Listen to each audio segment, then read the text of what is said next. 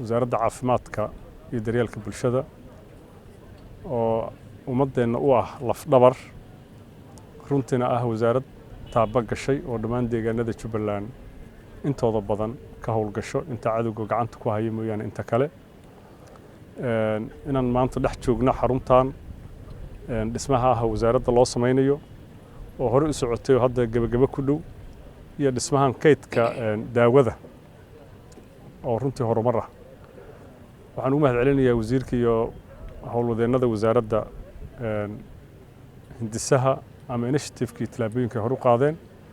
waxaan ugu mahadcelinayaa wasaaradaha naga gacan siiyey sida wasaaradda howlaha guud iyo guryeyntii wasaaradda maaliyadda dowladda Jubbaland wasaaradda caafimaadka heer federaal wasaaradda maaliyadda iyo beesha caalamka oo maaragtay iyadana deeqdaas gacan naga siisay mudane wasiir waa arrin aan idinku ammaanayna adiga iyo tiimkaaga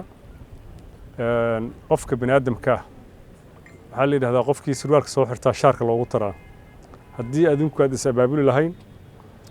oo aadu maaragtay dhihi lahayn war surwaalkii waa inoo xiran yahay shaarka haynoo lagu daro cidna maaragtay shaqada ma qabateen muddo sanado ah kadib inaad maanta ku guulaysataan arrintaana waa arrin aad iyo aad u qiimo badan waa arrin aan isleenahay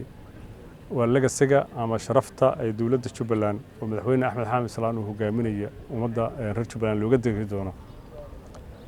xasidku ha ka naxa laakiin qof kasta oo wax garad ah oo dar Ilaahay ummaddiisana wax u qabsoomaan raba wax uu ku farxayo oo qiimo leh weeye